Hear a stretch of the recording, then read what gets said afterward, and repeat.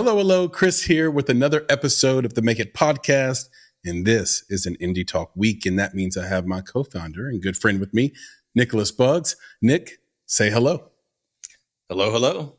Good to be back, man. Once again, I like your blue cap, bro. I like that. I appreciate it, man. So there is a thing going on in fashion right now, especially around hats. I'm not sure how it started or when it started. Maybe it started with Succession. It could have been sort of hyped up by David Sachs from All In Pod fame.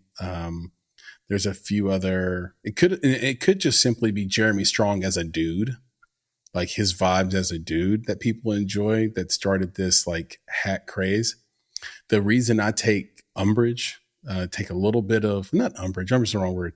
The reason I kind of have to chuckle at it a little bit actually and like wink at it is because I've been a hat guy from day one. Like I've been wearing hats on this podcast for 4 years. I've been wearing hats as like a dude forever and always like, for the most part, if it's not like a baseball cap where it's like the Yankees or whatever, or the Braves, it's been, this sort of non-branded look. I don't know if you can tell in the video, but like this hat is made like of like felt. Like it's like a very soft, nice, unbranded hat. And I'm not, I would recommend everybody get one. I mean, they go with everything. You know where it could have started? It could have started Jay-Z. Yeah, I mean, early on was like big on the like the fitted. But you're saying it's a thing though. Like there's a fashion thing now because, like you said, we've been wearing hats. Yeah, that was only in hip hop. You're right. Yeah, that was in hip hop. But now what's happening is it's this whole like, get a very, very nice unbranded hat, get a understated sweater where the secret to the sweater is that it's like 100% cashmere and probably cost $1,000.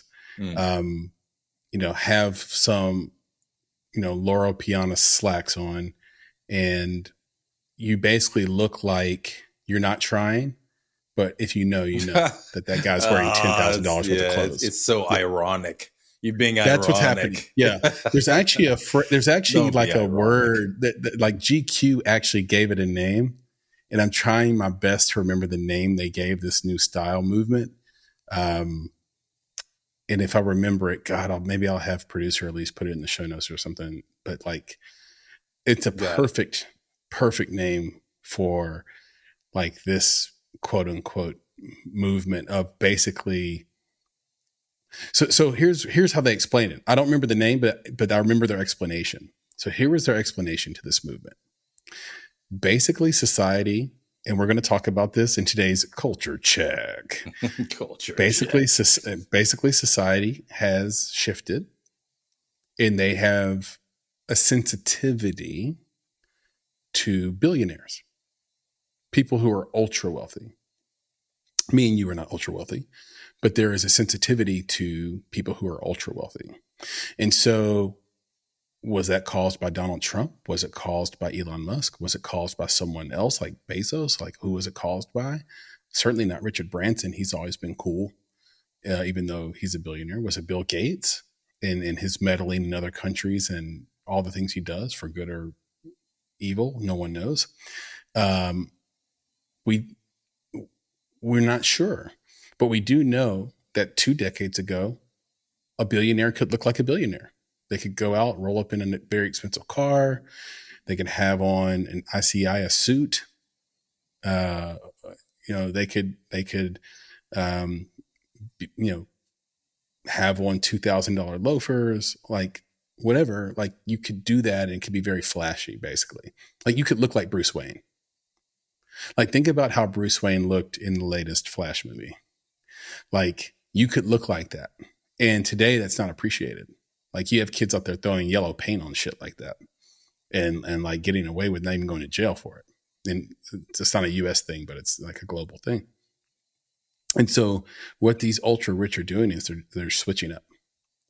They're starting to like buy clothes that look like they are, like they got them maybe from a thrift store, or clothes that like fit into the everyman coffee drinker.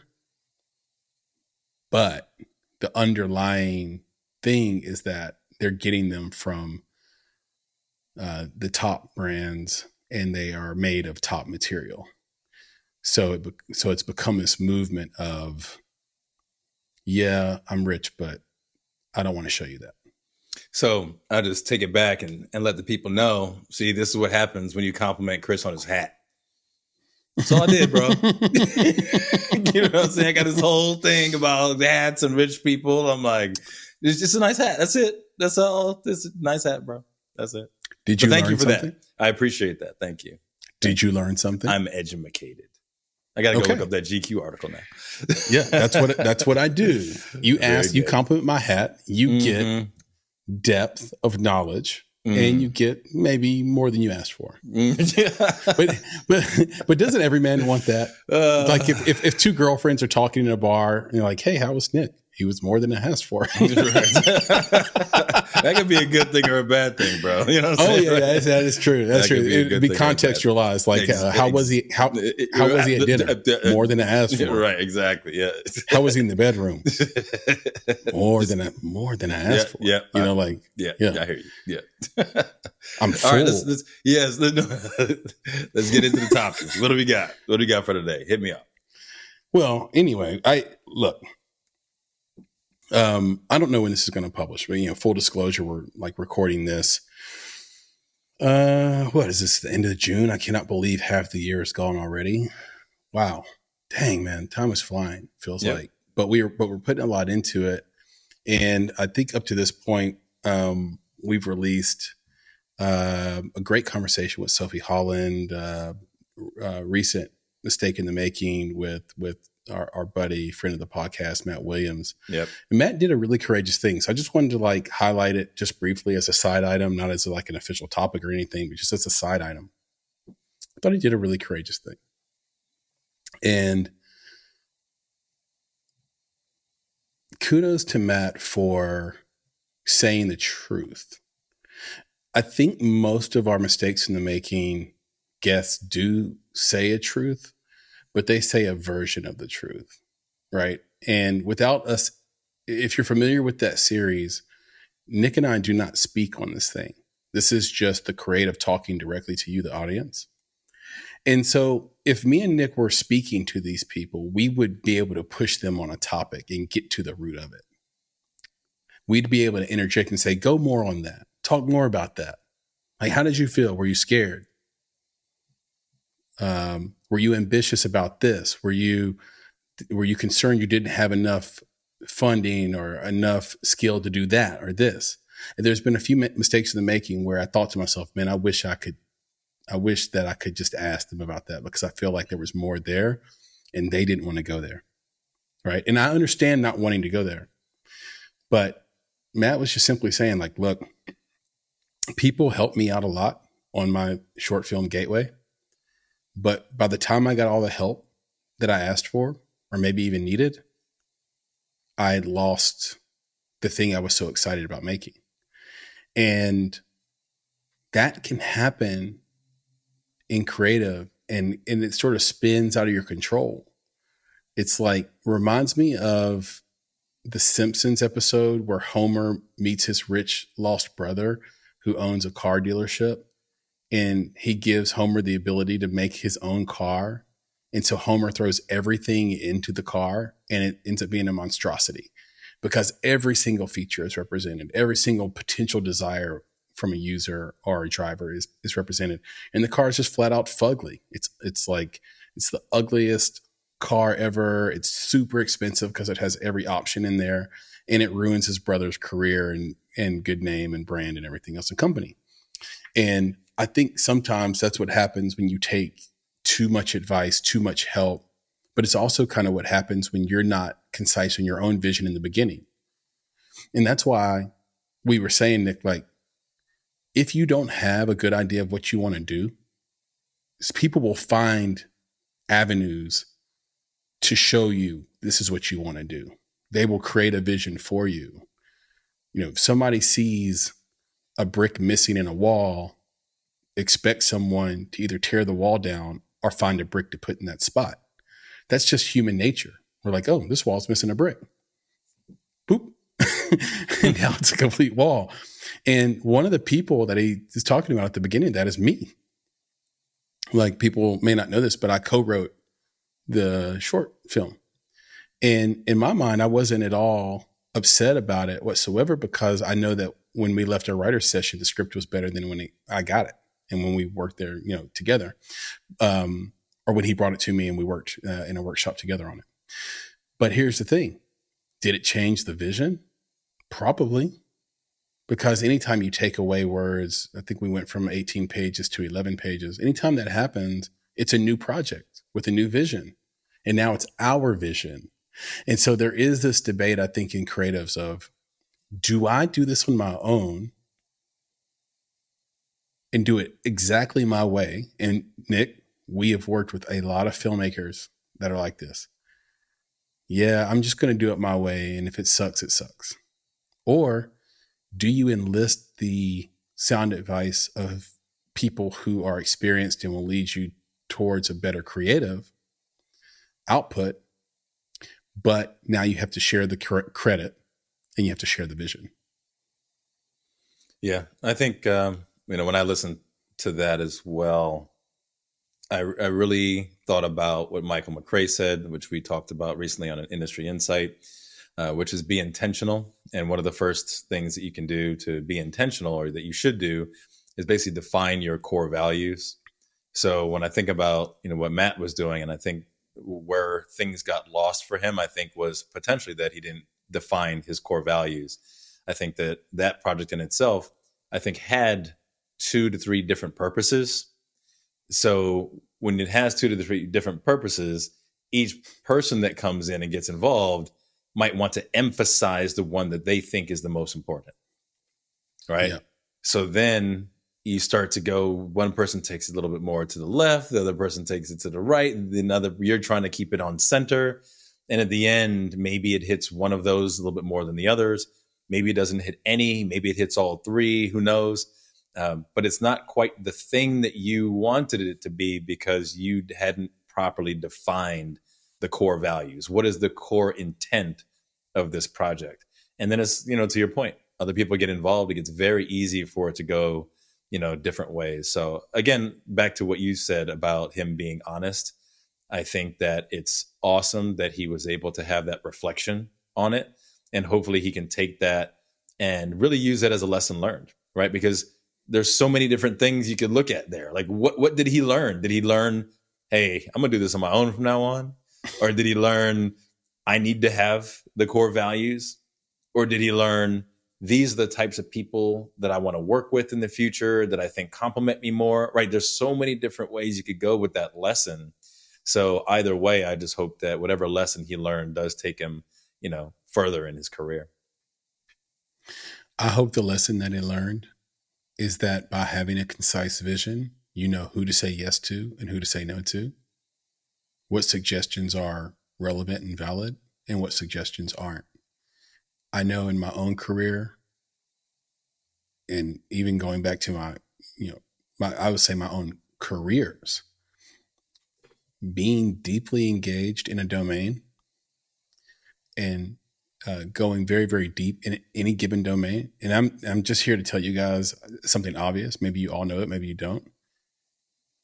There's no subject that you can't go super deep on. It can be burgers. It could be grilling burgers. It could be watches. It could be cars. It could be film. It could be television. It could be sports. You can surface level that stuff and, read an article about it on the internet, or you can go super deep into the domain where you know so much about that particular thing, you start to ask different questions and you start to talk about it in a way that seems very opaque to other people who are listening to you, because you just know so much about it. So I think when you're writing something and you're choosing to be the director and the producer as well, you have to be super deep in your domain so that you know what's valid and what's not.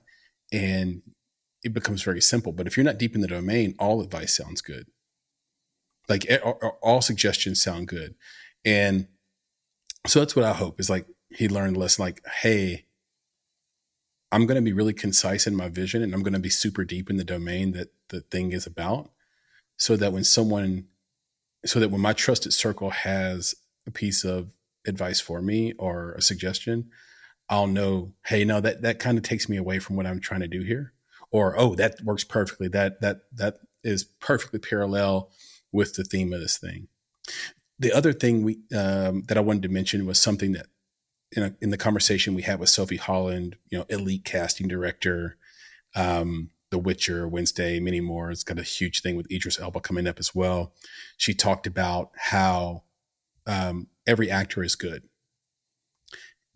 but what wins in casting and what wins in auditions and self-tapes is when you can bring yourself into a character. And I just had never heard it put the way that she put it. And I thought about how difficult it is to actually do that. I think the instinct for most people is to say, I want to become this character. So you're taking this character and bringing it into yourself, right? But the opposite is what you have to do. You have to take yourself, what's special and authentic about you that no one else can duplicate or replace, into the words that are on the page that represent this character. I think that's something Denzel Washington does better than anybody in recent memory. Because when I think about Denzel, every Denzel movie I watch, it just looks like it's Denzel. It's Denzel being a spy. It's Denzel being a lover. It's Denzel being a boxer. It's Denzel being Malcolm X. It's Denzel, you know what I mean? Like, it just feels like him just being him. In every single role that he's ever played. I don't know if Denzel did Malcolm X. I can't remember. Yeah, of course. Yeah, he did. Yes. Yeah, he did that. Yeah. I thought didn't Will Smith take a stab at it too though?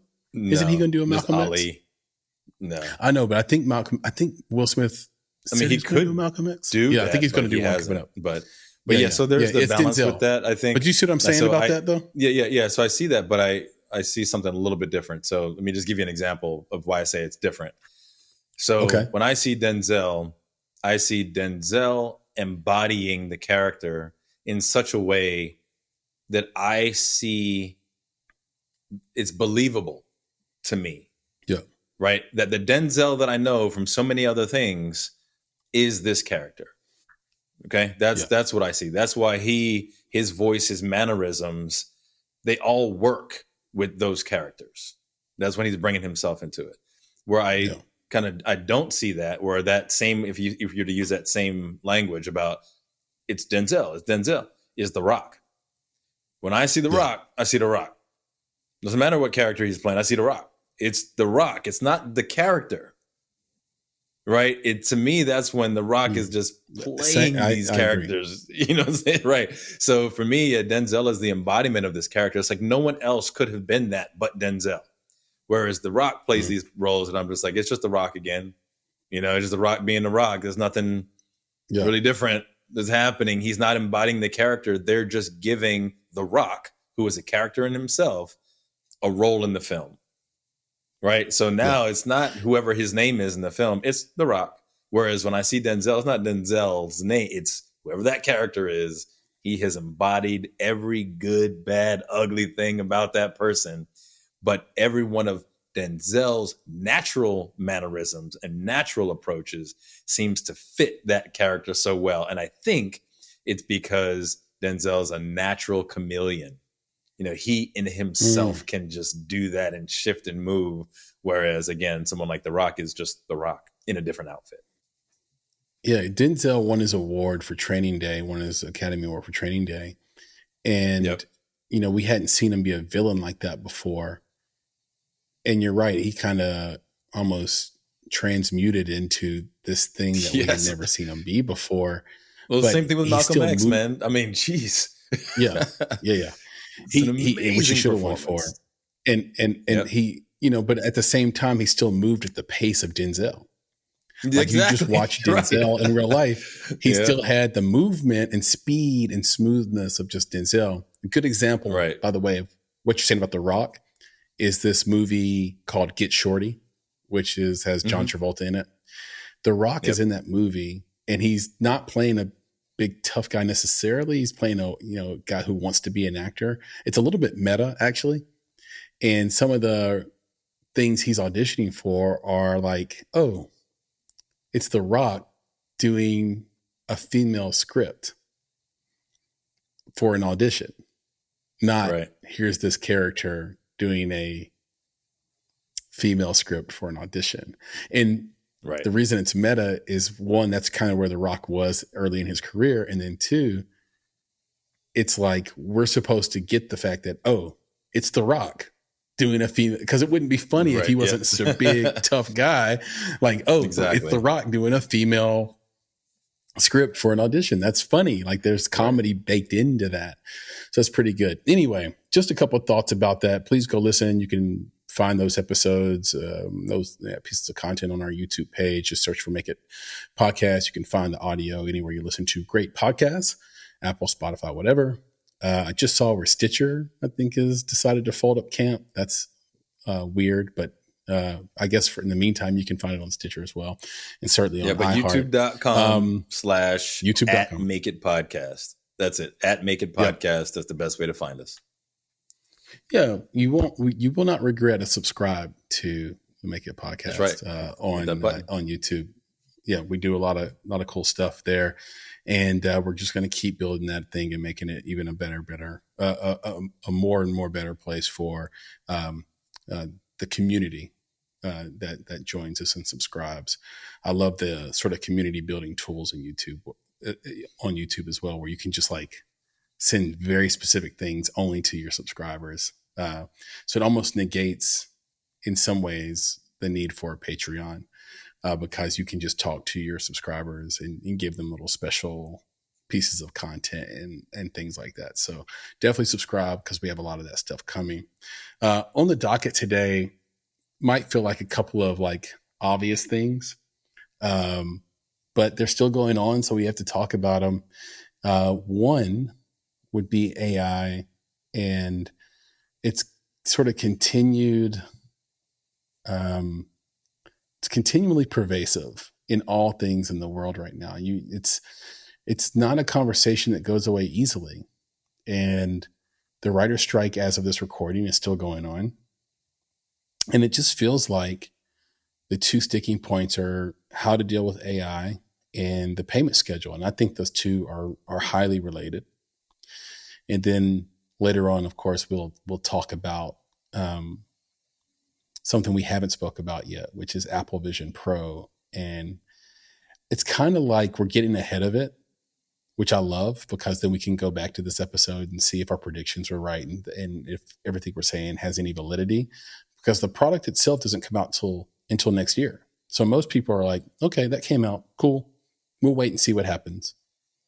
But that's not what we do here on the Make It Podcast. We get ahead of things and make some predictions and put our money where our mouth is. But I do want to talk about AI a little bit. But before we get into that, we should bring producer Papa Bear on to give us the latest edition of Things We Should Know. Nick, are you ready for this week's this Indie Talks Things We Should Know? I'm always ready, but I never know. So let's go. I never know. Yeah, I thought. Wait, we got the last one pretty much right. So yeah, we got close. We got close. Yeah, we got close. Yeah. All right, guys. You're talking about the strike.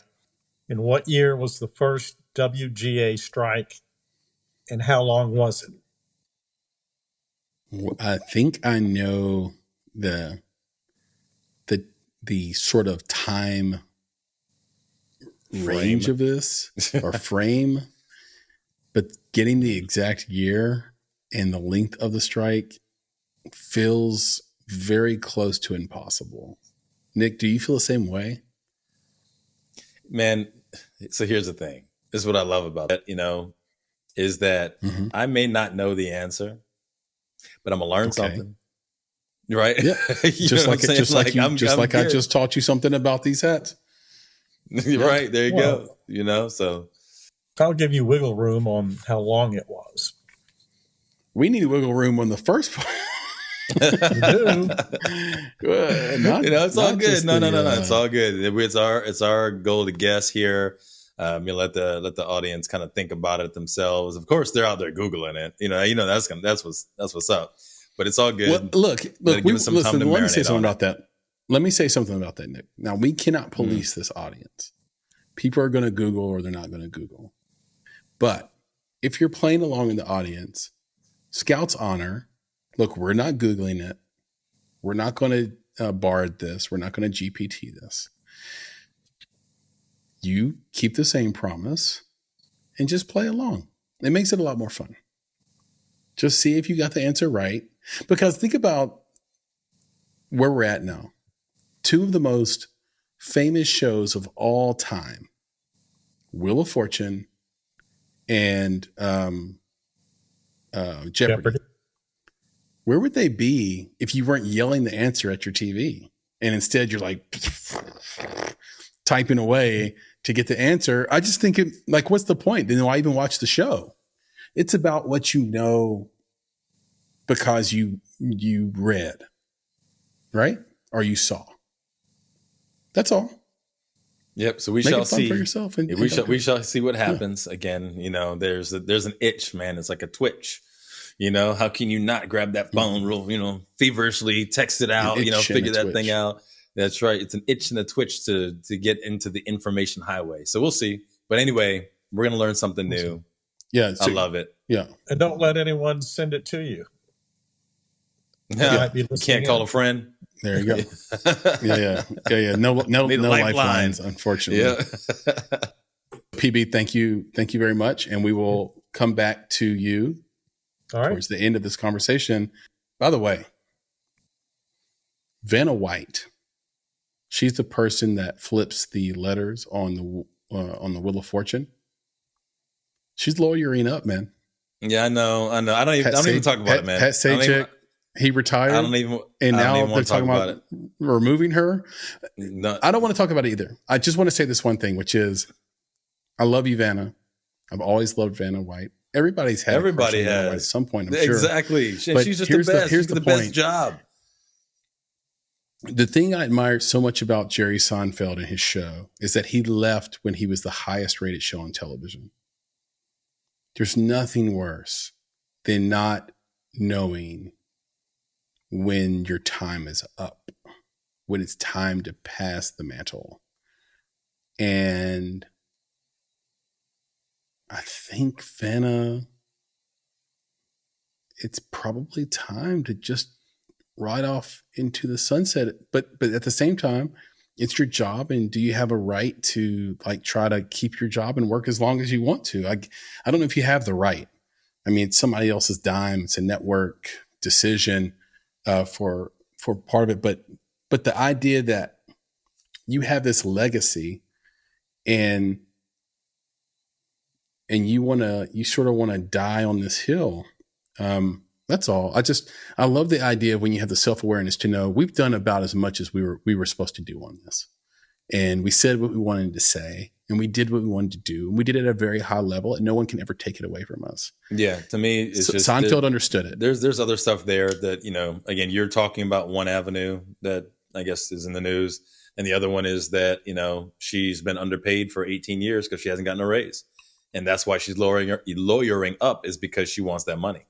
Now, I don't want to get into it because, it begs the question as to why she didn't ask for it 18 years ago or 17 years ago or 16 years ago or 15 years ago or 14 years ago. I love when you answer your own questions.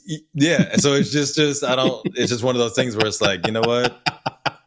Let that scandal or whatever that thing is, let that be over there while we talk about other important stuff. That's all.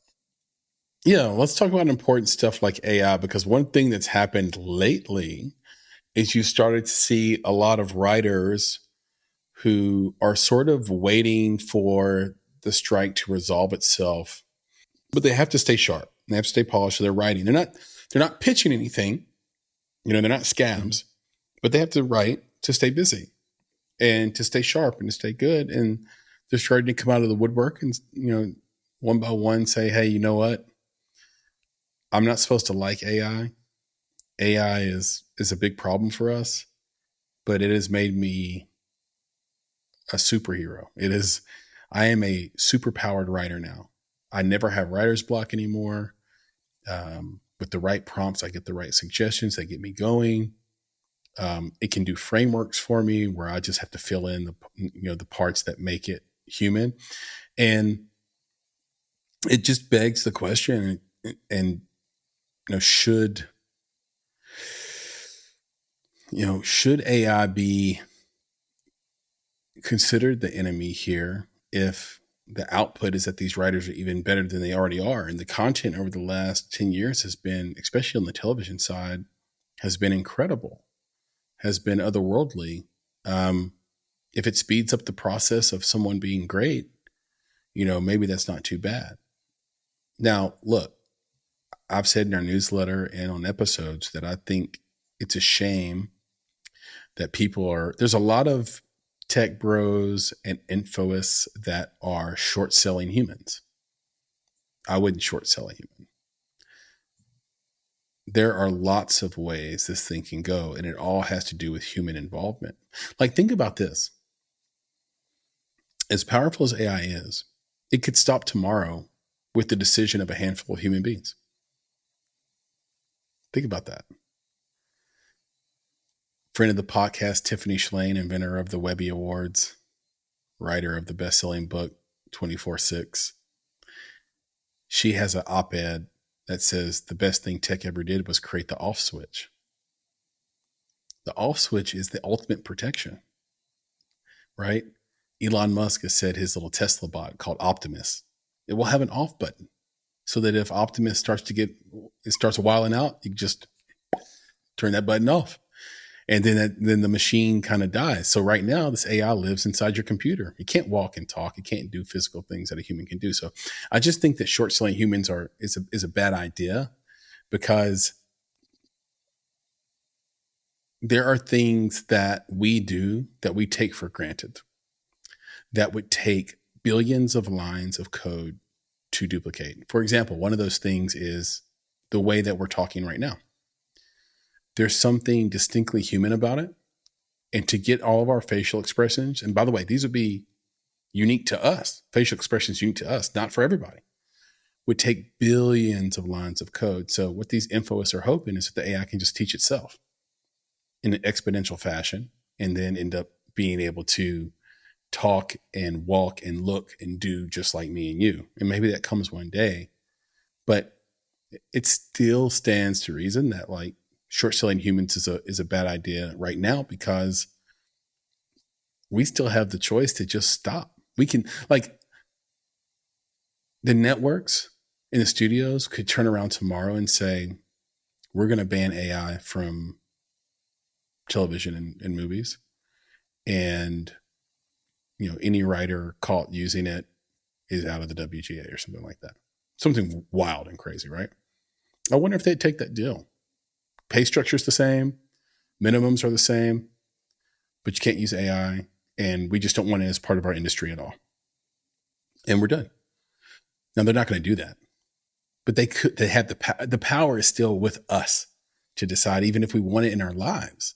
But the output is so strong in that they won't do it. And the other reason is the real hardcore truth, which is like labor is the number one expense in any business. And if you're having to put up 20 writers in a writer's room and you can do that same work with 2 writers in AI, they're going to pick 2 writers in AI because they, there's no off really, switch. There's no. I guess Nick, it's really there's no off switch, bro. That's what I'm saying. It's not a real thing. So when I say that, I don't think it is. Yeah. It's pretend. Okay, so it's like this.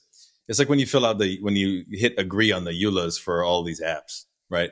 So you go to the Facebook app. Just for everybody, a EULA is an end user licensing agreement. So when you do that, you get this thing. Right. Let's say Facebook. Right. Let's just talk about the most popular things. Facebook, you get it. Instagram, you get it. Twitter, whatever. And if you were to read it, you'd probably be like, no, heck no. Like, you just told me you're taking all of my stuff, you're going to sell it, you're going to do all these different things with my data, but I'm going to click agree anyway because everybody else is on Twitter and everybody else is on Instagram and everybody else is on Facebook and everybody else is on TikTok. And if I want to be part of society and I want to be part of the conversation and I want to see so-and-so's baby pictures or whatever, I got to do it. So I think it's funny because the off switch is either not agreeing to the EULA and not installing it, or deleting that thing once you find out that they've been selling your stuff. No one clicks the off button, right? This is not going to happen. So it's like, yeah, we put an off button on the bot, so that when it starts to, terrorize your family, you can just push the button, It's like, good luck with that one. Let's see if that happens, Why did you turn into Bill Cosby saying that? You know what I'm saying? I mean, turn off the bot. I don't know, bro. I don't know why I did that. But it's just like, it's fake news when I hear that. They can just turn it off if you want to. I was like, yeah, whatever. You're not going to turn it off. But anyway, back to the writers. I think that in the beginning of the strike, we heard a lot about AI and the concerns about it, almost as if that was what started the strike, and it's not. But I think at that time, there was also a lot of fear around AI.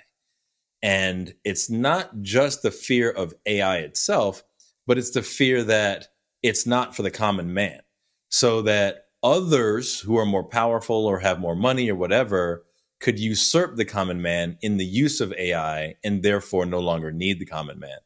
And I think what's happening over time is that because of that fear, people have started to reach out to AI. Like, what is this thing? I better learn it. I better figure it out. And then as they started to figure it out, and play with it, and realize the benefits to them, I think they're starting to open their arms a little bit more to it. And the fear isn't as much there anymore because now they realize that they can wield the same tools that maybe they thought the networks or industry or someone with more power was going to wield over them. So I think that is dying down because the fear of that is starting to die down as well. The theme of it all is that this is the Wild Wild West. And I think that's pretty much the case because you're going to see massive market reset. And that's, I think, what will happen if people do sort of use the tool and say, okay, I'm not afraid of it anymore. It's helping me out. Great.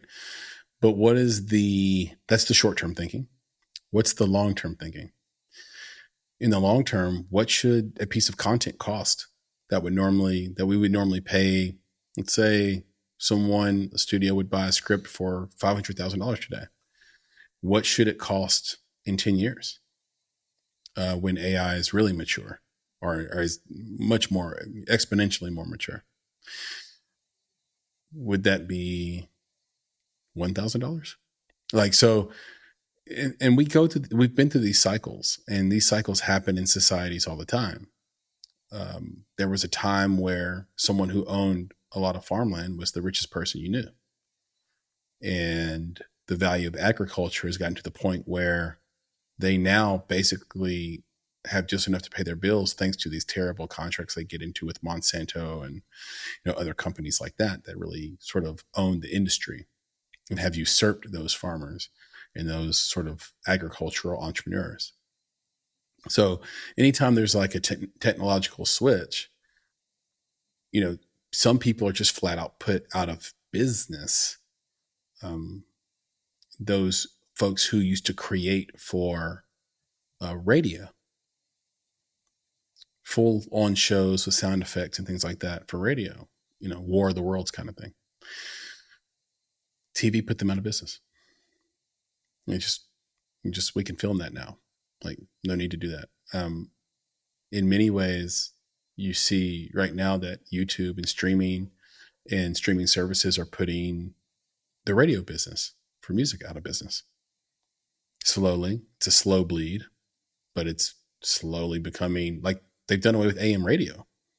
Like it's just the first shoe to drop. Vaudeville used to be a thing. It's like, not anymore. Like there are things that replace you to the point where you're just out of business. And so I think the question is through these negotiations, who will be put out of business by AI for good? Because the thing that they used to make or do that cost so much money has become so commoditized to be worth nothing. So that's one thing. And I will play devil's advocate on what you said, not because I think you're wrong, because I think you're spot on in the EULA example.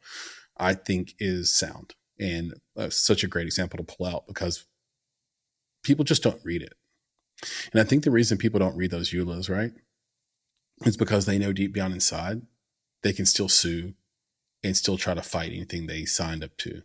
It's kind of like when a grocery store puts a sign in their parking lot that says not responsible for stolen items in your car or anything that happens in the parking lot. Well, my sister's an executive, a C-suite executive at a grocery chain. I can just tell you, those signs mean jack shit when the lawyers get involved. The grocery store is liable. Turns out that you can't just put up a sign and say, we're not doing this. No, you are doing this and you are responsible and you did create a bad situation. So if literally one of your lamps are out in your parking lot and you have that sign, so now your parking lot's dark and dangerous, you're going to lose millions of dollars. You're sued. And so I think people think that. The other devil's advocate side I'll take is simply this. There's real world examples of people just saying no. Now, can me and you turn it off? Is there off switch for me and you? No, we're just Nick and Chris from Bonsai Creative. Can Xi Jinping? Yeah. Can the CCP? Yeah, they have. You literally can't use apps there. You literally can't read certain news sites there. They have literally shut down certain websites. You just cannot reach Google, for example, if you're in China. And if you're found out, you go to jail forever. You disappear. Even the richest man, the gentleman that owns Alibaba, I'm forgetting his name right now, they disappeared him. I don't think anybody's seen him. It's been years now. Years. Where is he? They keep showing these still shots of him doing paintings. Yeah, this guy's running Alibaba. Yeah, so he can't just be doing paintings all day. On the global scale, so to me, if there's a switch, if we go the wrong way, if we go the wrong way, there are people powerful enough to just say no. Yeah, if United States stop being a free place, that's why I have one chip pushed in for the dark ages, Nick. Every time we have a huge technological shift, there's a dark age that follows. Literally, we figured out how to copy words called the printing press. And it led to a dark age because it was too revolutionary and it was too fast and it was too scary to those in power. And I think, look, that's not the off button we want, but that might be the off button we get if the wrong people lose their power too quick because of it. Yeah, we'll see. I think it's going to be, this is one of those, I think that people are pretty much like it's here to stay. And one of the reasons why it's here to stay is because it's actually been here for a long time. This is just a new iteration of it. This is the new maturation of it, right? So it's here. It's been here. I think everybody's basically just got to get on the bandwagon, which is how do you best use it in your life? And then also, how do you start to think about how to protect yourself from it as well? So it'll be around for a while. From it. Yeah, it's just, I think that's what people are thinking about. Protect yourself from it. But no, I think that's where people are how do you thinking. How do you do that, right? How do you, because the main thing is that if you understand it, you're not offering any suggestions. No, if you understand a thing well enough, then you know how to either use it, abuse it, protect yourself from it. I think that's where people are now, is just educating themselves and using these tools where they can so that they're prepared for its continued expansion, because it's not going anywhere. So we'll see. No, it really isn't. And the list of tools that are available for filmmakers right now is the ultimate double-edged sword. There's never been a time where you could be more creative with less. And there's never been a time that just goes to show that, like, you can give away everything that's special and authentic and unique about you, and it come back to burn you later. Like this idea of giving away your voice or teaching the AI how to write in your writing style. Like, careful with that, because that's somewhere on the internet where somebody else can use your voice, your image, and your writing style. And that's what I mean about protecting yourself. Things, right? And you've lost your value in the marketplace, right? But at the same time, we want to use these. Yes, exactly, Nick. I get you. I'm with you. I'm just simply saying, like, it's a tough one because now you can do the things you've always wanted to do and even for less. But there's a price you might pay with long-term thinking that you might realize you undersold. And I think that's what's going on with the writer's strike. I think that's what's going on in multiple industries right now. They're like, I think we're selling ourselves short here because in the long run, we're going to end up losing big because of these compromises we're making early to be able to maybe use these tools or be a lot more productive today. You know, we might want to hold on to a bit of our authenticity on this. Like, so it's just a tough one. By the way, Jack Ma is the name of the owner of Alibaba, who we would love to see more of you, Jack. You're out there somewhere. Nope. Just let us know you're okay, Jack. Right. You don't know who's listening, bro. Let it go. You know what I'm saying? Like, nope. We're good. All right, let's talk about this. Imagine, listen, but think about what you just said though, right there. No. That's crazy to me. That's what I'm saying, but it is today, right? It is today. That's crazy to me. And it is crazy. I know, but it is what it is. So anyway, Apple Vision Pro. Where does that comment? Where does that comment come from? Apple Vision Pro. I want to hear your take. We will talk about it. Apple Vision Pro. Okay. I'm concerned for you. That's all. I know you are. I'm concerned. I know you are. They already have you. Yeah, they're already censoring you. They already have all of us. They're not censoring me because I'm willing to die. I'm willing to die. Not me, man. Not me, man. I got 5 kids to feed. What are you talking about? No, it's true. I realize that me and you are similar in age, but we're in a different place in our lives. That is true. And that's why these conversations are so great. Like talking about Apple Vision Pro, we're going to end up having a different take on Apple Vision Pro, probably because even though we're the same people on paper from a demographic standpoint and all that shit, we're different places in our lives because my kids are grown and yours aren't. And that makes a big difference because deep down, you probably know that you have to still influence your kids and protect them or someone else will. And you actually still have time to mess up where they could turn 18 and they'd be like, fuck him. Right. You know, whereas whatever impact I was going to have on my older kids, I've already made it. I am who I am to them. Like that childhood was their childhood. It's over. And so I'm focused on a different place, like, because I'm not afraid anymore of like, I influenced them or I didn't. I passed that test or I didn't. Gotcha. You know what I mean? So it's interesting. We have a bunch of friends that are in your spot too. Yep.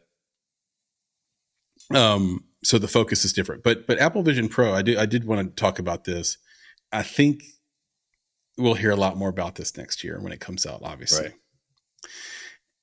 And there's a lot of people who, after WWDC, the developers conference that Apple does once a year in June, obviously there was a lot of hype around it at that point, right? And rightfully so, and around their laptops and everything else that they sort of teased software-wise. It's a software conference, right? But they still tease the hardware because Apple's famous for meshing hardware with software. That's really the Apple difference, is that the hardware is made for the software and vice versa. And if you buy like a Hitachi or like a Sony or a Toshiba, the hardware was not made for the software and vice versa. And so the experience can be a little bit iffy. So sometimes you get hardware announcements at WWDC, right? And most people listening to this know that and don't need to be told that. So I just want to contextualize it. So there's tons of YouTube videos people can watch about it, quick reviews, early takes on it, things like that. But we'll hear a lot more about it. It'll be quiet is what I'm saying from now till probably December when it's going to come out next year. And then we'll hear a lot more about it so we can go back in time and see, if our takes were good or bad on this thing. But the first thing that comes to mind is it is not Apple's take on VR. And if anybody's had a VR experience, they've probably been ushered into a square. They've been given some paddles and they put the goggles on, and they are then immersed in an experience. And I use immersed lightly because I think depending on the VR experience, you do have a sense of the outside world. You do have a sense of where you are. There are even headsets I've used that are less expensive, not Oculus level, where you can look down and still see your feet and like still see like your body. And you're like, oh, okay, good. I'm still here. Right. But I've had some pretty cool VR experiences. I remember going to Matthew Ralston's book release party, the famous photographer. And we were in LA, and there was this apartment they had sort of leased out. It might've been an Airbnb. And inside was a bunch of wine and a line and a gift bag. Got to have a gift bag, Nick, if you're going to throw a party, right? So, yeah. So just keep that in mind, folks. If you're having a release and you don't have a gift bag, you're doing it wrong. So have a gift bag, have something they walk away with. Anyway, so when it's your turn to go, you go and you walk into an empty living room, or we walked into an empty living room, and it wasn't cordoned off because the room was a giant square. So they just trusted you weren't going to walk out of the window and fall to your death. Nice. But as soon as you put the goggles on and held the paddle, exactly, you were immersed with all of his most famous photos of Madonna and Michael Jackson and, et cetera. And it was really kind of cool. And I've been to ones where I've walked through the human heart and I've explored space. And this is not what Apple Vision Pro is. It's a new software platform that is going to usurp your phone, your laptop, your tablet, and your VR headset if Apple does it right. So just think about that alone, the market disruption and the courage it takes to introduce a product that has the potential to cannibalize your business. Because I don't know how many people know this, but the majority of Apple's profits, the great majority of their profits, come from one item, one device, the iPhone. Everything else pales in comparison by a large margin. So it's their iPhone sales that drives the entire business, then their entire war chest, and they've basically created a device that could usurp it. And that, folks, is why it costs $3,500. It needs to cost that now, so that there's only certain people who can afford it, so that people will still buy their phone because they don't want to destroy their business overnight in one fell swoop. It's really smart. No one talks about that. They just assume it's Apple. It's going to be really expensive. This is why. No, they understand the market, right? So the price is perfect because they don't want their stock to drop by 80% tomorrow. They don't want to pull a BlackBerry and not have figured it out. The other thing is that when you put these on, it's not that you're entering in, particular worlds. So it's like a VR experience is like, I'm going to look at Matthew Ralston's pictures and that's all I'm going to do. I'm going to play this video game and that's all I'm going to do. No, this is everything. This is your room. This is your phone. It's FaceTime. It's your laptop. It's your desktop images. You can just grab them. It sees your eyes. So if you look at a folder, it opens the folder. Which is bananas. Here's the part that's really interesting. The entertainment part of it is going to be so disruptive to the paradigm we have now in the current sort of way things are now. And we just mentioned, this is really the wild, wild west. We're talking about true reset of culture, true reset of society, true reset of economics, true reset of market price and value. So this is one of those devices that resets some of those things, potentially. Will enough people be able to afford it and get their hands on it? Maybe. Could you afford $3,500 if you didn't buy a laptop or a phone? Yeah, you could then. So that's the question. And there are going to be movies, and I saw this on a developer website with developer APIs.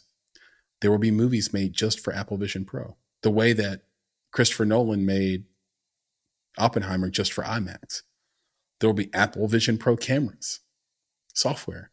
so that when you watch it on that headset, it's like an experience you've never had before. Superior to IMAX. The sound's right in your ears. You can make the screen as big as you want it. Then on top of that, you realize that the last 2 generations have been consuming content in their hand anyway, on their phone, on their laptop, on their tablet. I have a 23-year-old. I have a 20-year-old. They don't even think about TVs really, unless the TV is in a place where they can be completely alone. That's how much they value content. Like their attitude. Our marketing manager, DJ, he's like, the way he talks about content each day is so different than me and you, Nick. Like, so different than we think about it. Like, it's everything. I took him to get some food the other day, Nick. He wanted Sonic. I was like, okay, we'll do Sonic. I never go to Sonic. But I noticed he was grabbing his phone a lot. So I decided to count how many times he checked his phone in the time it took me to order him a Sonic bacon cheeseburger. 12 times. He checked his phone 12 times. There was 2 times where he checked his phone, put it in his pocket, picked it right back up, checked it, and then put it back in his pocket. I was like, oh, shit. Like, so imagine this thing that's on your face that gives you the notifications. Lets you, you're watching YouTube. You're watching the movie you want to watch. You're watching the TV show on Apple TV Plus that you want to watch. So I just think right now it's not being spoken about a lot, but we're underestimating the impact it's going to have on the creator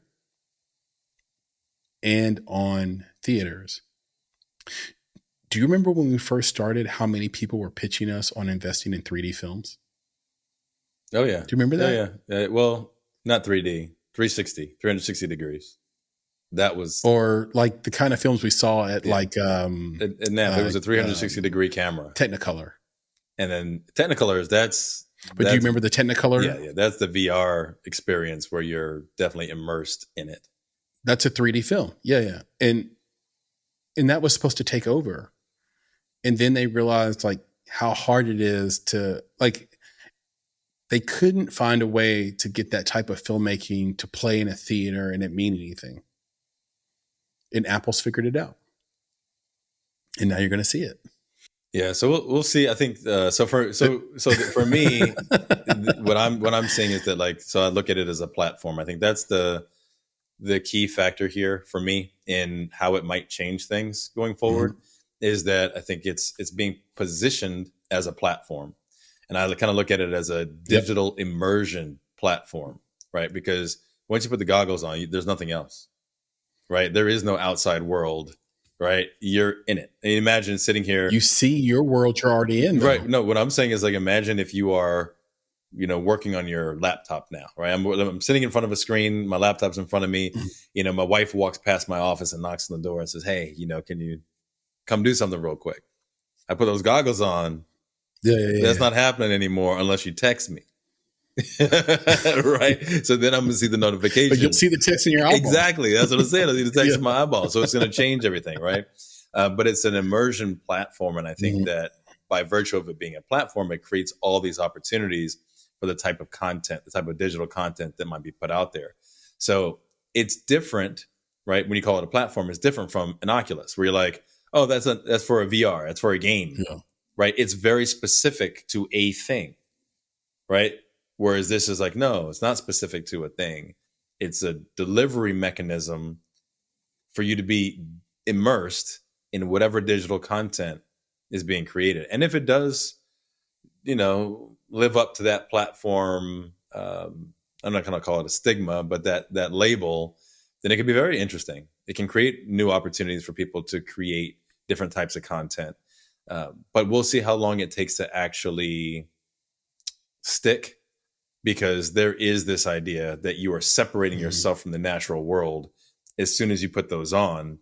So how long is okay, right, to be wearing these things when you're amongst other people? Now, we have no idea. Wild West. Exactly. It's new. What's the mental health impact of having those on for all day? Yeah. Well, what's the impact on your eyes? I think that's the thing that a lot of people don't think about. You see a lot of people with like blue light glasses and things like that. You imagine now having this impact screen on your brain. Well, that's what I'm saying. Imagine having this screen with what's the level of radiation? Exactly. I was going to say electromagnetic radiation, which is light, right? Having that right there in front of your face constantly for X period of time. What is the impact of that? I mean, there's a lot of potential impacts, and I think we just don't know. We'll see the good, the bad, and ugly of it once it gets released. I think we won't see as much in the beginning because of the price point. Right? It's going to take a little while. You're going to a lot of first adopters are going to want to grab it. You're going to have platform developers who are going to want to grab it. You're going to have people who just want to say that they have it, but never really explore all the capabilities of it, who are going to have it. But you're not going to see, I think, a societal shift or change associated with it for some time until that that price point starts to come down, or people start to develop content that is specific to that platform that starts to win awards or be notable. It's like, why watch Apple TV? Well, because they've got these programs and you can't get those on Macs and you can't get them over here. So if you want this program or this thing, you got to watch it on Apple Vision Pro, right? Or if they start to release capabilities that you would otherwise have on your laptop that you can't get, right? Because now they're only available via Apple Vision Pro, then folks in that ecosystem might start to say, well, it's a natural shift. I have to move to that, because if I don't, then I'm not getting the next level of capability. So we'll see. I think it's going to be really interesting. It's a little ways down the road before I think we start to see a lot of people using it and a lot of influence. But, I think at a minimum, I'm excited. Are you getting one? Not when it first comes out. Let the developers get at it. Let the content creators get at it. Let it become I don't know if I want the platform. first one, because I hear it has a 2-hour battery life and it's heavy. What am I gonna do with that, man? So it's like, okay, it's got 2 hours. It's got 2-hour life. No, I'm good. You have to have the battery pack stuck to you, basically behind you the whole time to keep it charged. So you have to be plugged close to a plug, or walk around with an extension cord. And then it's made of all glass and metal, so it's pretty heavy. It might be glass and aluminum, or as Johnny Ive used to say, aluminium. Maybe V2 is what you really want. But to your point, if me and you were to, if me and you were to take the other side, let's say we were the other side and say, this is bad, we don't want this. Do you think we could actually stop it? No. This is just this train, except for just not buying it. There's no stopping the train. But I'll say this. It actually made me think of something. I'm like, you know what? Maybe I should get this thing, because so here's my phone right here, right? So if I take my phone and I put it like right here, then that I'm looking at my phone, right? That makes sense, right? I'm paying attention to my phone. If that's you know what I'm saying? Like this, I'm walking around, I'm on my phone. Okay. Yeah. So I think in my household, it would be good to have that. You know why? Because sometimes I'm sitting with my phone. I'm texting you, right? I'm in it. I'm texting. Fingers are going, right? Thumbs are working. Yeah. And my wife asked me something important. And I'm like texting, and then she's like, "Did you hear what I said?" I'm like, "No, I didn't hear what you said. I was texting. I was in the middle of this text. You know what I'm saying? I'm like, I am writing right now, and I am in here, and she sees me. Like, you know what I'm saying? She sees I'm doing the thing, but she's gonna talk to me anyway. So maybe if I get this joint like this, and how do you type with it like this? Right. I think it was just your eyeballs. I know, but oh no, you just talk. You just talk out loud. That's great. That'd be perfect. That'd be crazy. That'd be crazy. I'm walking around with this thing on my face and just saying everything I want to type. Man, this fool did this. And my wife like, who are you talking to? Yeah. But I think that might be a good idea, just so that my wife understands that when I'm texting, I can't be in the other conversation at the same time. That's all. So I think it's a good idea. When we have episodes release, I'll run stories through our Instagram account at _bonsai creative for anyone interested. We're a good follow. I do it through Spotify, and I do it through SoundCloud, and I do it through iHeart. And I just put the link so people can touch the link and listen to the podcast, right? But when you open Instagram for the first time, or like to run a story like that, you have to open Spotify, click share, click Instagram stories, and then it takes you to Instagram and you post the story, and then You come out of it. So every time you're basically going to a new app to do this, it's opening Instagram again, like fresh and new. I'm explaining this for a reason. So I'm doing this the other day, and the first thing that shows up on Instagram after sharing the story's been shared. Now it's going to regular Instagram, your homepage. There is a girl who is bent over for whatever reason in a bikini. And in comes my wife. The second the picture shows up, and then I try to scroll up. She goes, "Don't scroll up." And then she grabs my phone and scrolls back down. And she says, "Oh, this is what you do. This is what you're looking at." I said, "That's not what I'm looking at. That's not what." I see what you're looking at. I said, "I'm not looking at it. I don't care. This person I follow chose to be in a bikini and bend over like Ice Spice right now. I don't know why she did it. I can't help that she did it. And Instagram set me up. The algorithm, bro. The algorithm got you. You did, right? They got me. And now with Apple Vision Pro, I can look at that girl bent over as long as I want. Right, because you're locked in, right? In her bikini that I'm not interested right. And when you look down. I'm not interested in it. I'm not interested. I love it. But I don't blame her for doing it. She can do that, and I can watch it and not be disturbed and judged. I got it. So I know exactly what you're talking about. Right through the screen. High five on that. Yeah, that's high five. Yeah, high five on not being judged for things. Algorithm. So.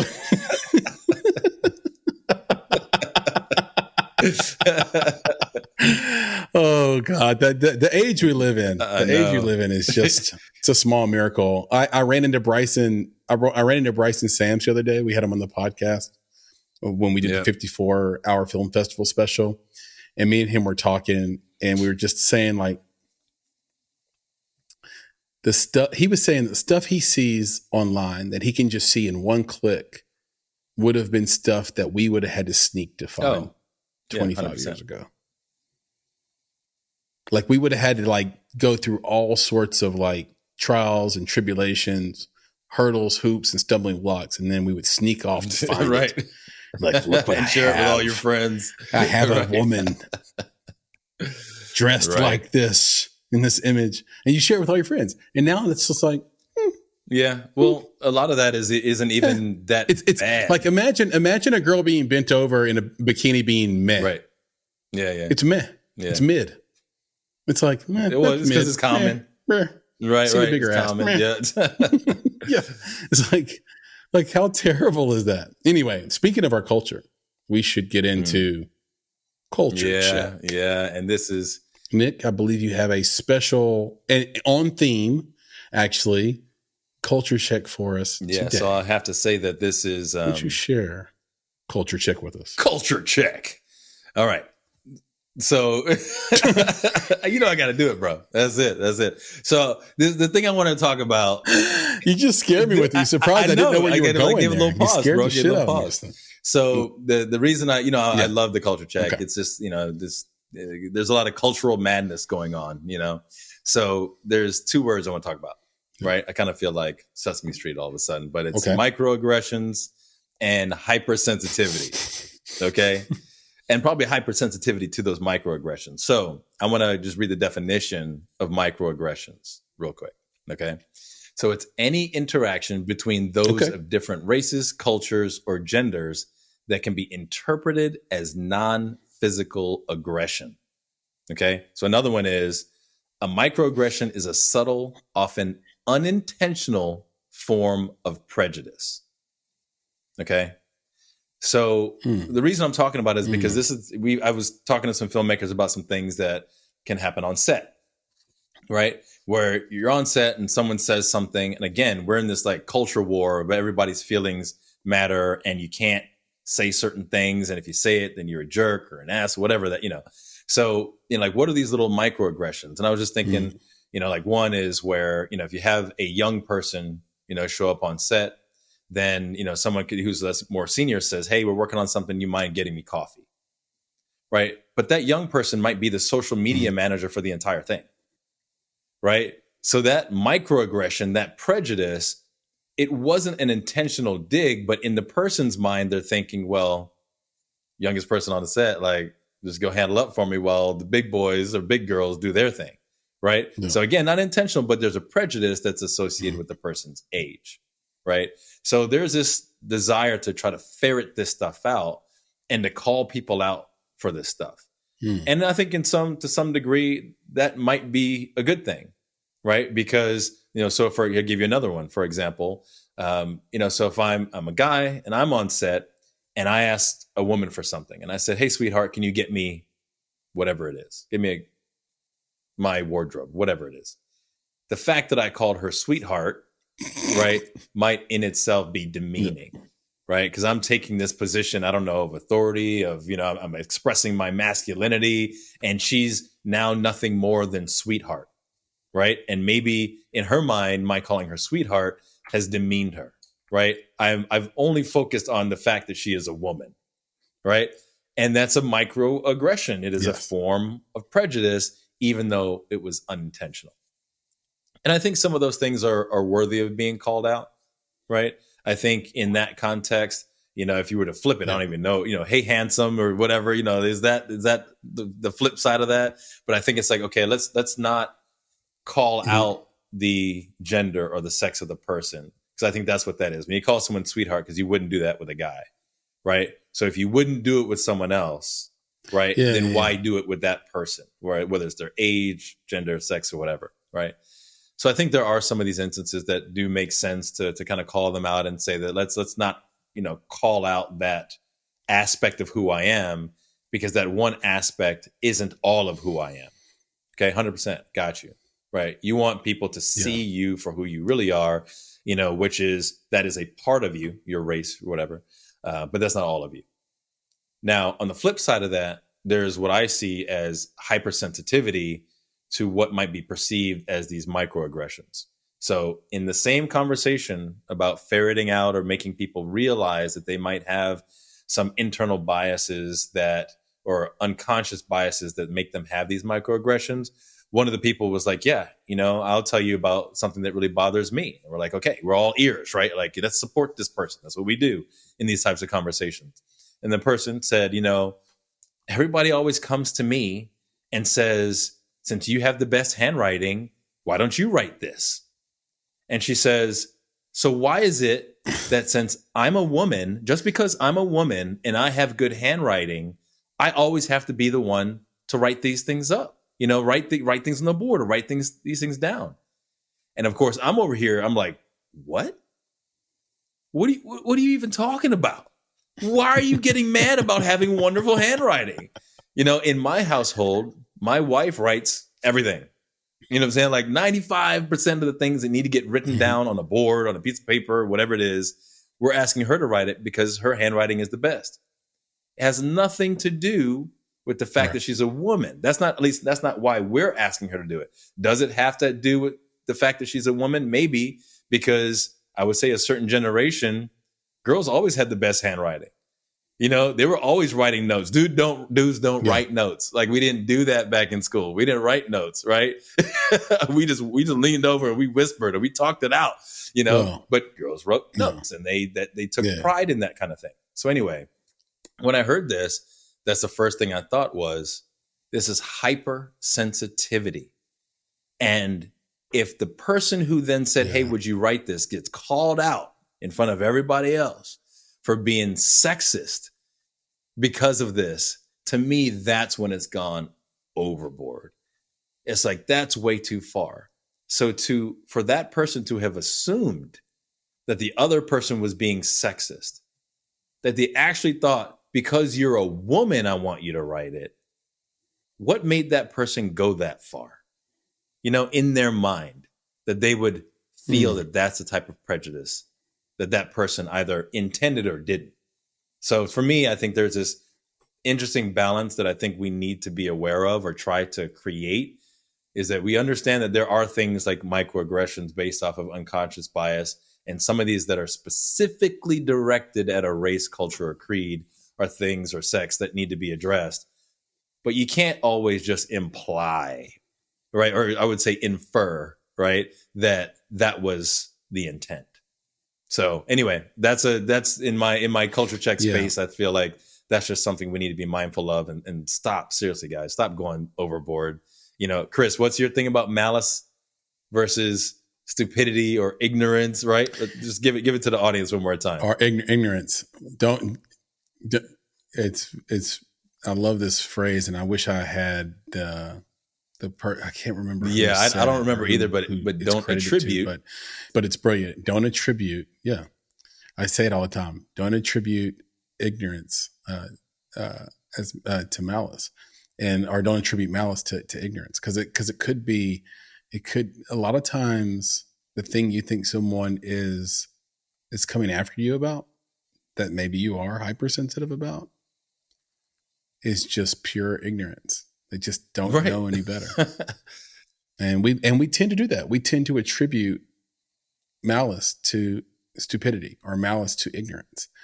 And these days, for whatever reason, I'm like, let's step back. They might not even known any, so it's really unfortunate, because we have to all live together. That's right. We have to figure this thing out, because, our society can actually be torn apart through this kind of division, even if it's semantic division. I've gotten into the habit, even with our own staff, of when I use a word that I think might be a 10-cent word, I'll be like, do you know what that means? 90% of the time, the person I'm talking to says, no, I don't know what it means. They only can say that because they're in a trusted space, right, where they know I'm not going to look at them funny for not knowing. I'm like, let me just explain it to you. This is what this concept is. This is what this word means. And now you can go out in the world and use it too. And it's effective. But I used to just say it, and then I found myself being misunderstood all the time. All the time. Just misunderstood. Like, that's not what I said. That's not what I meant. Oh, you didn't even know what I was saying. You didn't even know what these terms meant. You know what the words meant. It's not me patting myself on the back for being well-read or having a vocabulary or whatever. That's just me simply saying I wasn't being a good communicator. A good communicator recognizes his audience and speaks to their audience the right way. That's why I don't begrudge a hip-hop artist for they know who their audience is. And if their audience was different, then they would rap different. And the reason I say that is because what's the point of communicating a story or a point of any kind if the audience that's listening to it can't understand it? Right. Yeah. Billy Corgan, one of his greatest quotes is, "Speak to me in a language I can hear." Agreed. That's so important. And so when we are hypersensitive like this and think everything is a microaggression, we shut down the ability to find that connection in language and communication, because language changes over time and we have to adjust to the way people are using it. So the point is the language, is the word what's important, or is the meaning what's important? I'd say the meaning. And I think linguists would agree with that. So the very straightforward example is, for a long time, people would say bad, but mean good. Now, that makes it really hard to learn English. But thanks, Michael. But that's what we would do, right? And we talk about like them canceling the phraseology master bedroom. I think that actually is probably associated with slavery, potentially. Could go back before that. I think a lot of times we think that America's old, and then you go to Eastern Europe, like I did a couple of weeks ago, and you realize, damn, these places were built before they were keeping time, like before Jesus was born. And maybe maybe master comes from that. But the point is that be honest. What do you think we're saying when we say, and here's the master bedroom? Right. Do you think we're really saying, here's the slave owner's room? You know that we're simply saying it's the biggest room in the house. It's the room for the owner of the house. Are you the master of your domain? If so, this is your bedroom. That's all we're saying. We heard the phraseology the other day. Me and our assistant Georgia, we were talking image poverty. I thought blindness was a scientific term, Nick. I thought that was the legit term for being blind. And now you can't say blind, or there's someone trying to promote this idea of if you call someone blind, that could be hurtful. Talk about hypersensitivity. I never heard Stevie Wonder or Ray Charles once say, don't call me or never blind. not to refer to themselves They as just became blind. the greatest musicians of all time. Yeah. Now we have to refer to you as no, we're not, because there's also visually impaired, which has been around for a long time. That's a lot of syllables. Yeah. That's a lot of syllables. I don't know what are we we're doing? We've got a word for it. It's called blind. And that's what I'm saying, is that you just got to be careful, because I just want to go back to what you said about we all have to live together. So I'm just bringing it back to, our filmmaking community here. Yeah. You have to live together, especially when you're on set, right? Especially when you're making a film. So the only thing that I can say, because we can't make people not be hypersensitive. Okay. The person that I was talking about was already hypersensitive. No. Right? No, it's already a thing. So only thing that I can say to folks who are could have been past trauma too. The only thing I can say to folks who are hypersensitive, talk it out. Right? So if someone says something to you that you are sensitive to, later when no one else is around, right? Don't call them out in front of people. Don't badmouth them behind their backs. Don't put something on social. Can you believe what this jerk just said to me? Go have a conversation with the person, right? That one. That's as simple. I'm going to get back to this definition. A microaggression is a subtle, often unintentional form of prejudice. Okay? Often unintentional. So again, just talk it out. Have the conversation. You might realize that there was actually no prejudice. There was no intent to demean you or to, make you feel bad in any way. So that's all I can say. So with those microaggressions, again, we can't stop it. Right? We can't cancel that out either. I don't want to even try. These are things that are inborn in people, right? And some of them are trained in people to talk a certain way, to speak a certain way, to interact a certain way. You can't ferret all that stuff out. And people can't police themselves. Why? Because this is often unintentional. It's often unconscious. So again, it's going to happen, and people will be hypersensitive. The only thing we can do it is if you are on the receiving end, talk it out.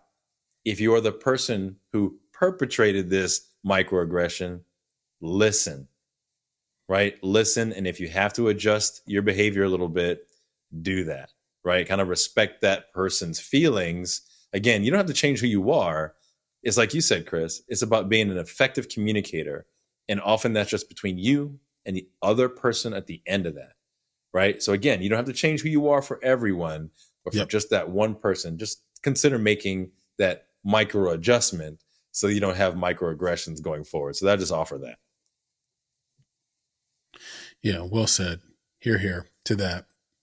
I mean, look, the difference between the way me and you might do it and the way people who are hypersensitive do it in this current, culture is that if we didn't like someone, or we didn't like the way we were treated, so we went to a restaurant and we thought they were being a little racist, let's say, we would just never go back to the restaurant again. And we would probably tell stories to our friends and say, you don't want to patronize them. They just wouldn't go back. But what they do today is they leave the restaurant. They don't patronize it again. They tell their friends, but their friends are all online. So they end up destroying the person's public reputation and their future of ever having a business again of any type. And so I just think we have to understand what the scale of some of this stuff is. You can make the decision not to patronize them, and you can tell your friends not to. And here's the reality. People just don't believe in the market anymore. If somebody's really shitty to their customers, they're not going to be around for a long time. You don't have to be the fireman. Yeah. You don't have to. But I don't even see it as that. You're not the bounty I think that's hunter. where. So in that scenario, it's not even being the policeman who's supposed to protect and serve, right? Destroy the business. It's not the fireman, who's coming along to put out a fire and to protect and serve. When you take that role, right, where you go on Twitter and you tell everybody and you lambast that person or that restaurant or whatever, really it comes There you go. Lambast, I like it. Really, it comes down to you're now becoming the aggressor. You are now becoming the bully, right? That's the difference. Yeah, main difference. So basically from us, like, don't do that. That's not necessary. You don't need to attack other people, right? Especially just if someone doesn't like you, they don't like you. Like, why are you turning around and trying to beat them up? Like, aren't you equally, if not more, like, if not worse than that person at that point, if you do that? Right. So let's not do that. Let's kind of put that in, public service announcement.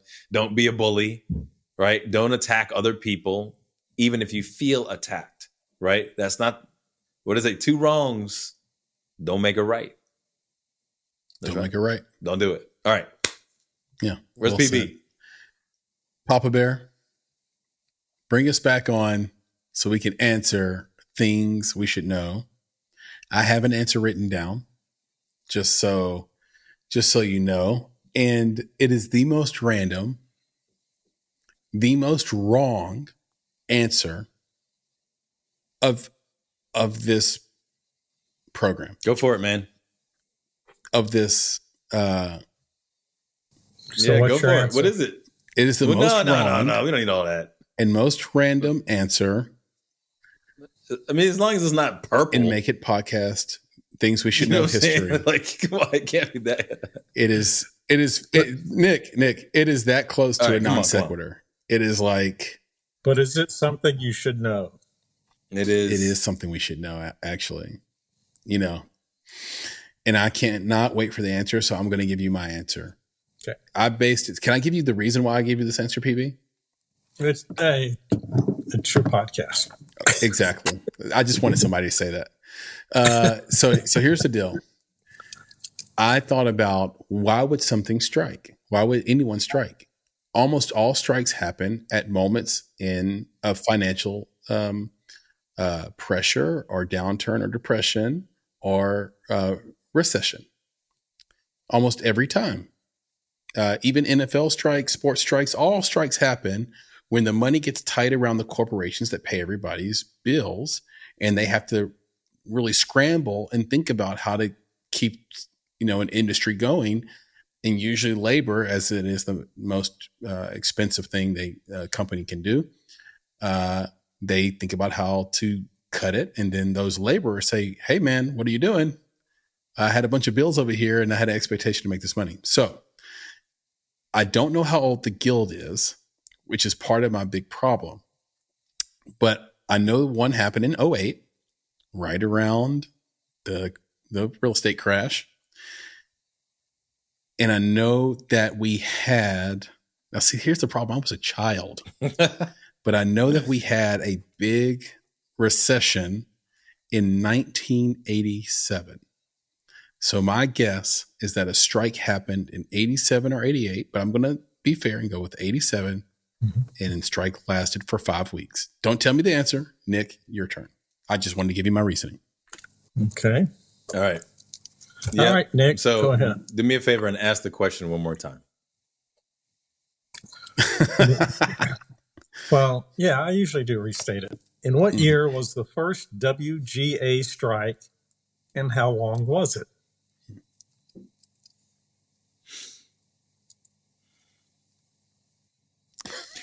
You have reasoning. You gonna sing it to me, Chris? Boom, boom, boom. Is that a question or a statement? You have a reason why your answer is no. I'm not gonna go that far. So the first strike, I'd like to ask you a question. Okay. How many strike of writers? Yes. 1, 2. That's writers for those, not riders. Writer. I'm a writer. He's a writer. Yeah. 1, 2. Yeah. 7. Oh, that's way too many. Yeah. And I'll give you one little thing that may help. There was the Screenwriters Guild before the WGA. Oh my God. So don't think about that. Do you know when the WGA? Exactly. I'm gonna tell you something. He just gave you a critical piece of information and said, "Don't think about that." Wow. Now, I slept with your ex-girlfriend, but don't think about that. Oh, I got. But there was only one. What I want you to think about is there was only one with the SWG. SWV? Sisters with Voices? Oh, okay. Right. Screenwriters Guild. Sisters with Voices. All right. So but you said WGA. So how many writer strikes have there been with the WGA specifically? 7. With the WGA only, yeah. Writers Guild of Since it began. America West. And I guess East as well. Yeah. Yeah, because they merged. Okay, let me ask this one. Mm-hmm. Was the last one in 2008? Wait, isn't that the question? First one.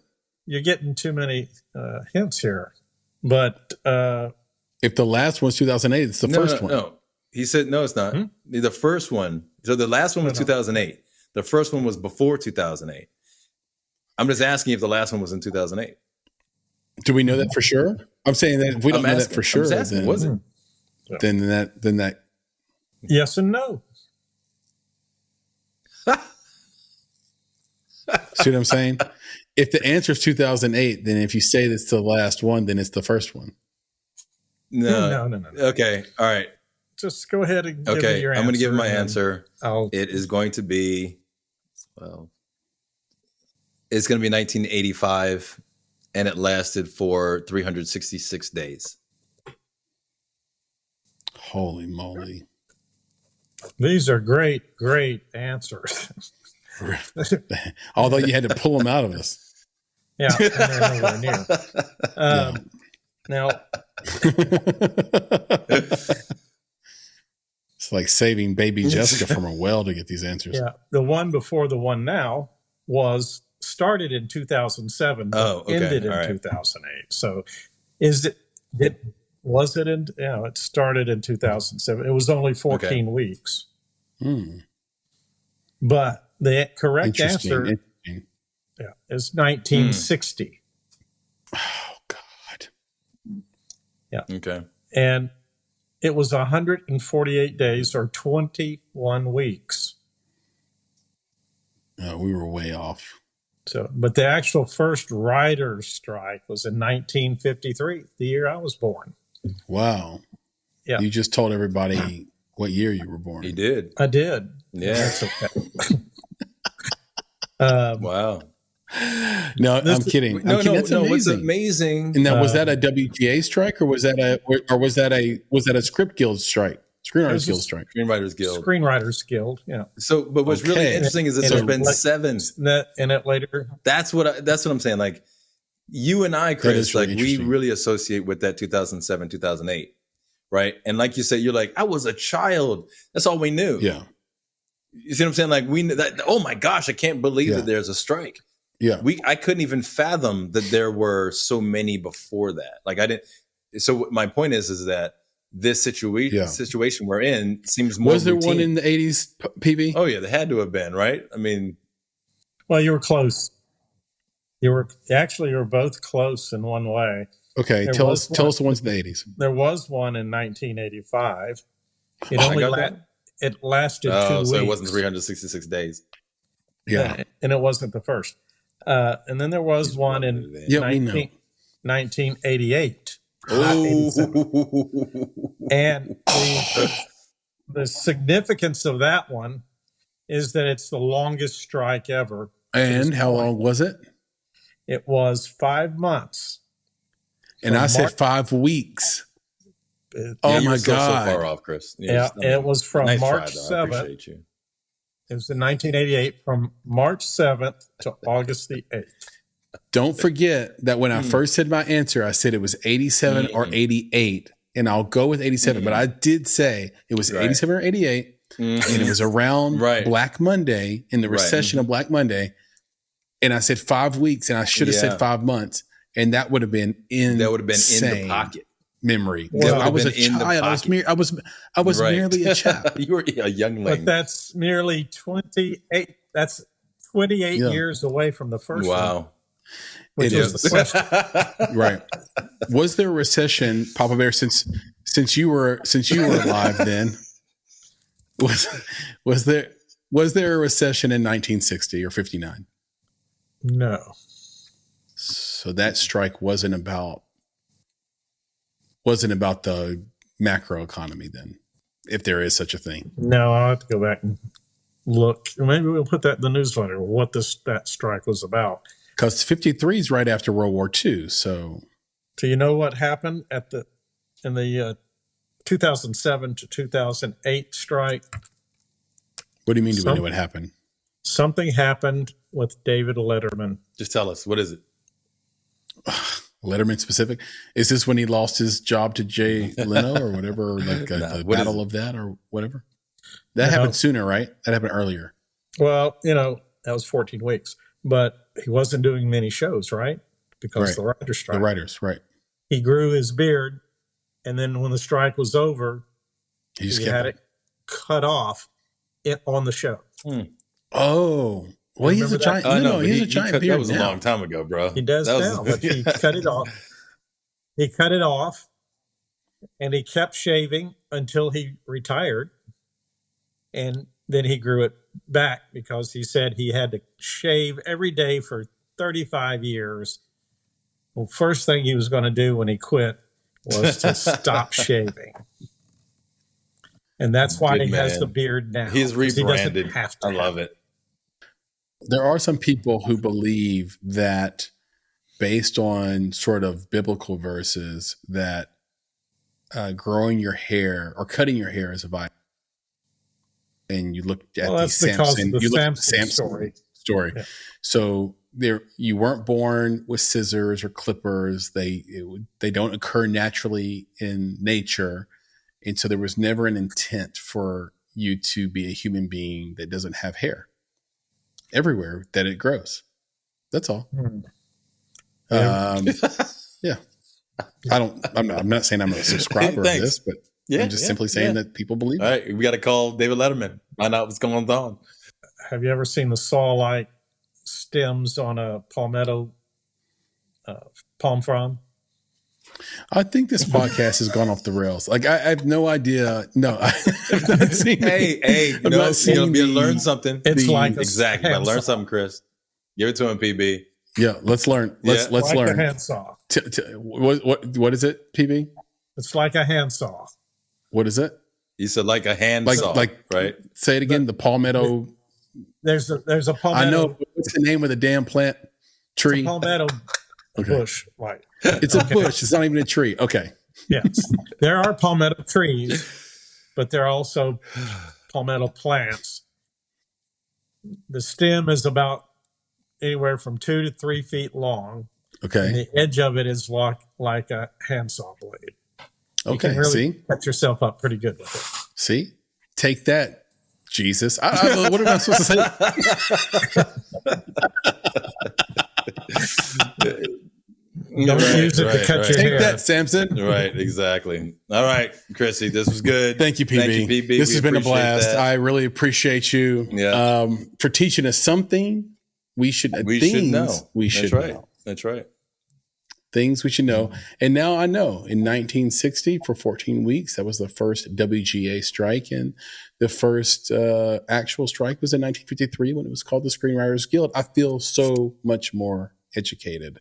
So that was awesome. And Nick, this conversation has been awesome. Yes, sir. Yes, sir. I love to be educated about, saw palmetto.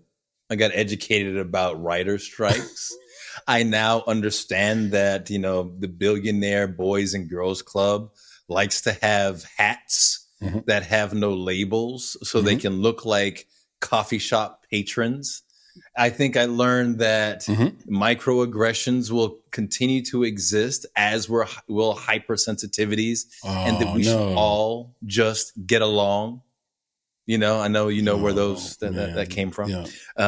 So can we all just get along? We learn. Yeah, exactly. We learn about Apple Vision Pro and how it's going to make our wives appreciate us more, because they will understand that when we're engaged in cellular phone foolery, tomfoolery with bent over. No, I'm not going to go there because, you got in trouble with your algorithm. But the Apple Vision Pro is going to change things for us because it'll be a platform And I think we also learned that, AI, for better or for worse, is here. And I think the best thing for people to do is not fear it as much as they need to learn to understand it. So the more they understand, the less they will fear. Yeah, leverage it and be able to control it to whatever degree you are capable because of your new understanding. So there was a lot. There was a lot in this conversation. And yes, there was, sir. And just know this, that we didn't mention before. You're not going to be able to control the resetting of the market. It's too big. And so there is a sense of pachinko. Is that the name of the Price is Right game? Where you put the dial at the top Plinko. And you kind of Plinko. Thank you. Jesus Christ. What did I say? Plinko. So there is going to be some of that, right? Where you just hope that the disc lands in the slot that you're in, there will be some scary times because the whole thing's going to reset. Value systems are going to reset. But the best thing you can do is to leverage, I think, all the tools that you have to do the thing you love the most and do what's in your control. Because the only other option I can think of where the world stays the way it is now or pre-Chat GPT is if you have some terrible dictator come in and literally shut everything down, including your liberty and freedom. And we don't want that. Like the other side of like going back is terrible. Like if you imagine, it's terrible. No, by the way, we will move forward. The name of that, the name of that fashion trend we were talking about at the beginning is called quiet luxury. So I do have that term now for you. Quiet luxury, the quiet luxury movement or the quiet luxury trend. Anybody can Google that. Feel free to Google that. And that's what I'm exploring right now. Quiet luxury. And I thought saw palmetto was a supplement used to relieve constipation. But now I found out it's a tree that you can use the stems of to cut your own hair. You guys could learn more about Bonsai Creative by going to www.bonsai.film. You'll find everything there from our marketing services, which are excellent and unique and one of a kind, as well as everything about this podcast, the Make It podcast, a top 2% podcast in the world. Super proud of that. And we just keep growing thanks to great listeners like yourself. You can find this podcast anywhere you listen to podcasts. And of course, on our YouTube page. Nick, what is the URL again? You got www.youtube.com/@makeitpodcast. Boom. Go there. Please subscribe. We appreciate it. Love you for life for that. It means the world to us. And we'll just keep pumping out good stuff. If you want to reach out to me directly, you can contact me on Twitter. I am at Flame in Your Heart. You're spelled UR. So Flame in UR Heart. Or you could just search for Chris Barkley and I should just come right up. If you want to reach out to Nick, you can email him at nick@bonsai.film. And that's spelled BONSAI. I still see people spell it with a Z, BONSAI, and just drop Nick a note. Let him know what you think. And then, of course, you can always reach out to us on social. That's at _Bonsai Creative on Twitter and on Instagram. And we reply to every DM, every comment, every message. That's our promise to you. So with that, Nick, can you please leave us with the credo? But of course, to our friends, our family, and our followers out there, be better, be creative, be engaged. And thank you for listening. Nick, talk to you soon. Yes, sir. We'll do it again, man. All right. Peace. Be good. All right, brother. Peace. Peace.